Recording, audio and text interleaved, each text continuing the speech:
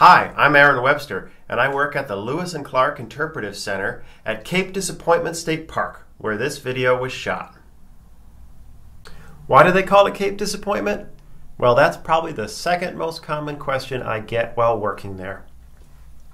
To understand how the park and the Cape got its name, you have to go back to the late 1700s, a time when the fur trade was driving the world's economy.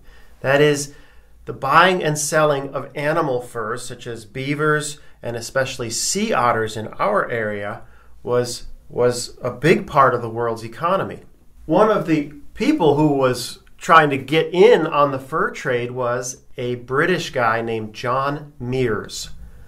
John Meares knew that the next frontier of the fur trade was likely the Pacific Northwest and the trade in sea otters. And in order to engage in the fur trade, you needed a safe place to anchor your ship, like a big river, which would also act like a highway for transporting goods to you. John Meares, like many explorers of his day, had heard about the expedition of another guy called Bruno Heceta. Bruno Heceta had sailed up the Pacific coast in the late 1700s. He had made a map, and he had marked toward the top of his map the location of a huge river, a river that we now know as the Columbia. He did not have time to enter the river's mouth and map it properly, but he made a note on his map that someone should come back here and check it out because this was probably the river that everyone had been looking for. So, Meares, with the knowledge of Bruno's map, sails all the way from England to the coast of the Pacific Northwest here, and he got to the right location. He was looking right at the river mouth, and he decided that it was just a bay.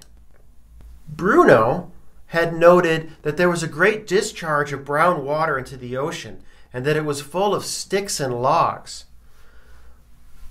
Meares apparently did not see this when he visited here, and it could be that Bruno was here as the tide was going out, perhaps during a storm or after a really high tide. And the conditions were just right to push a lot of river water into the ocean. But a funny thing about the Columbia River that makes it unlike most other rivers is that it actually reverses its course as high tide approaches. So the river flows out to sea as we're going towards low tide, but then once high tide starts to arrive, the river actually stops and then flows backwards. It flows inland for at least a couple of hours during every tide cycle. So it's quite possible that Meares was here more towards a flood tide, and he did not notice the clues that Bruno had seen.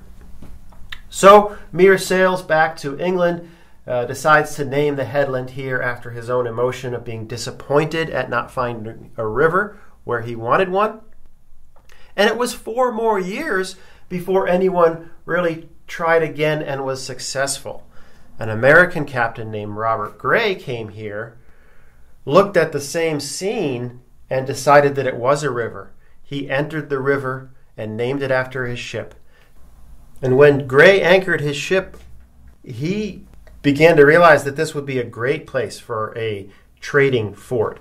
And although Gray realized that this was the homeland of tens of thousands of Chinook Indians, he also wanted to make an American claim on this area. And his entering of the river is one of the reasons why Lewis and Clark ended up coming here and why the boundary between Canada and the U.S. is where it is today.